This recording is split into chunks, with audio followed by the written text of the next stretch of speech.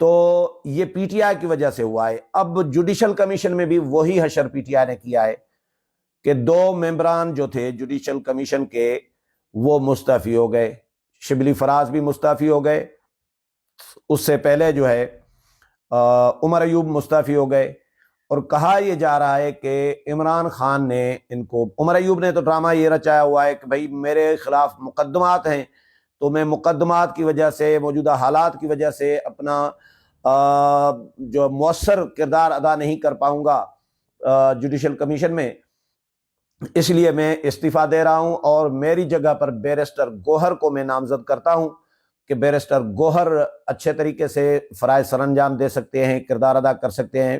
Judicial commission ایک اہم ادارہ ہے۔ جوڈیشل کمیشن سے بائیکاٹ نہیں کیا، بلکہ عمران خان کے، کہا جا رہا ہے کہ عمران خان کے حکم پر یہ استعفے آئے ہیں، اور عمران خان نے ان کو فارغ کر دیا کہ بھائی آپ پولیٹیکل لوگ ہیں۔ 2 ممبران جو ہیں جو بیرسٹر گوہر اور علی ظفر کو پھر شبلی فراز کی جگہ پر نامزد کیا گیا ہے۔ یہ دونوں نامزدگیاں بیرسٹر گوہر اور علی ظفر کی، بیرسٹر علی ظفر وہ بھی سینیٹر ہیں اور وہ رکن قومی اسمبلی ہیں، تو ویسے تو پارلیمان کے ممبران ہونے چاہیے، لیکن یہ وکلا بھی ہیں، تو وکلا واقعی ہی اچھا کردار ادا کر سکتے ہیں جوڈیشل کمیشن میں بنسبت دوسرے لوگوں کے۔ شبلی فراز وکیل نہیں ہے، عمر ایوب وکیل نہیں ہے، اس لیے، اور پیپلز پارٹی نے بھی ظاہر ہے فاروق ایچ نائک اور ان کو شامل کیا ہے، تو اسی لیے شاید یہ نام واپس لے لیے گئے ہیں، 2 ان سے استعفیٰ دلوایا گیا ہے، اور 2 اور نئے نام دے دیے گئے ہیں جوڈیشل کمیشن کے لیے۔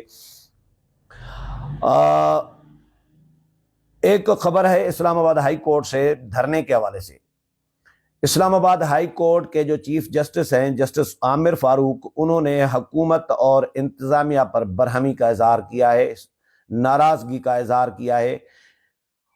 اسلام آباد ہائی کورٹ میں 24 نومبر کے پی ٹی آئی کے احتجاج کے خلاف اسلام آباد کے تاجروں کی توہین عدالت کی درخواست پر سماعت ہوئی۔ چیف جسٹس اسلام آباد ہائی کورٹ نے کہا کہ جی آپ نے امن و امان بحال کرنا تھا، مگر آپ نے پورا اسلام آباد ہی بند کر دیا۔ درخواست گزار نے کہا کہ جی ہمارے کاروبار کو چلنے دیں، آپ نے میڈیا پر ہر جگہ کہا کہ اسلام آباد ہائی کورٹ کے آرڈر پر ہم اجازت نہیں دیں گے احتجاج کی۔ چیف جسٹس نے کہا کہ جی عدالت نے آپ سے کہا تھا کہ شہریوں، تاجروں اور مظاہرین کے بنیادی حقوق کا خیال رکھیں۔ ہم پی ٹی آئی سے بھی پوچھیں گے کہ عدالتی احکامات کی خلاف ورزی کیوں کی گئی۔ اسلام آباد ہائی کورٹ کے چیف جسٹس عامر فاروق نے کہا کہ جی پی ٹی آئی نے غلط کیا تو حکومت نے بھی تو غلط کیا، درخواست گزار کا کیا قصور تھا، ان کے کاروبار کو کیوں بند کیا گیا۔ اسٹیٹ کونسل ملک عبد الرحمان نے کہا کہ جی کچھ رپورٹس آ گئی ہیں اور کچھ رپورٹس آنا باقی ہیں۔ چیف جسٹس اسلام آباد ہائی کورٹ نے اسٹیٹ کونسل پر بھی برہمی کا اظہار کرتے ہوئے کہا کہ جی کیا آپ پہلی بار عدالت میں پیش ہوئے ہیں؟ یہ ماہرانہ رائے وہاں دینی تھی۔ آپ نے اسلام آباد کو ایسے بند کیا تھا کہ ججز سمیت میں بھی نہیں آ سکا تھا عدالت، اور میں اپنے ہی آرڈر کا خود ہی شکار ہو گیا۔ عدالت نے پھر وزارت داخلہ سے رپورٹ طلب کرتے ہوئے کیس کی سماعت آئندہ ہفتے تک ملتوی کر دی ہے۔ عمر ایوب اور شبلی فراز کا استعفیٰ میں نے بتا دیا۔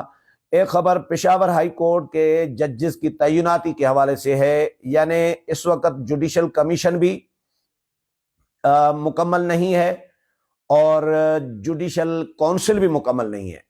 جوڈیشل کونسل کا بینچ جو ہے وہ آئینی بینچ، جوڈیشل کونسل نہیں بلکہ آئینی بینچ بھی ٹوٹ گیا ہے۔ 2 معزز ججز جو ہیں وہ الگ ہو گئے ہیں، انہوں نے بینچ میں بیٹھنے سے انکار کر دیا ہے۔ پشاور ہائی کورٹ میں جج کی تعیناتی کے حوالے سے کیس کی سماعت کرنے والا سپریم کورٹ کا آئینی بینچ ٹوٹ گیا ہے۔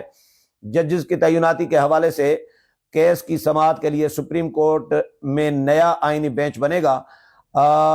ججز کی تعیناتی سے متعلق کیس کی سماعت جسٹس امین الدین خان کی سربراہی میں 6 رکنی آئینی بینچ نے کی۔ اس موقع پر جسٹس مسرت ہلالی نے کہا کہ جی کمیشن کے 2 ارکان بینچ کا حصہ ہیں، وہ کیسے کیس سن سکتے ہیں۔ جسٹس جمال مندوخیل نے کہا کہ جی پارلیمانی کمیٹی نے اعتراض لگا کر واپس کیا تو کیا آپ دوبارہ جوڈیشل کمیشن میں گئے؟ جوڈیشل کمیشن ایک نام تجویز کرتا ہے تو وہ پارلیمانی کمیٹی کو جاتا ہے۔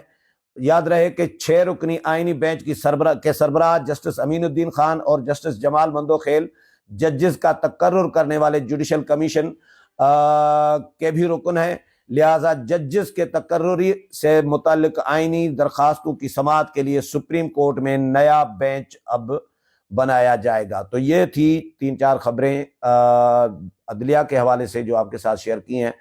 اگلے پروگرام میں پھر ملاقات ہوگی، تب تک اجازت چاہتا ہوں، اللہ حافظ۔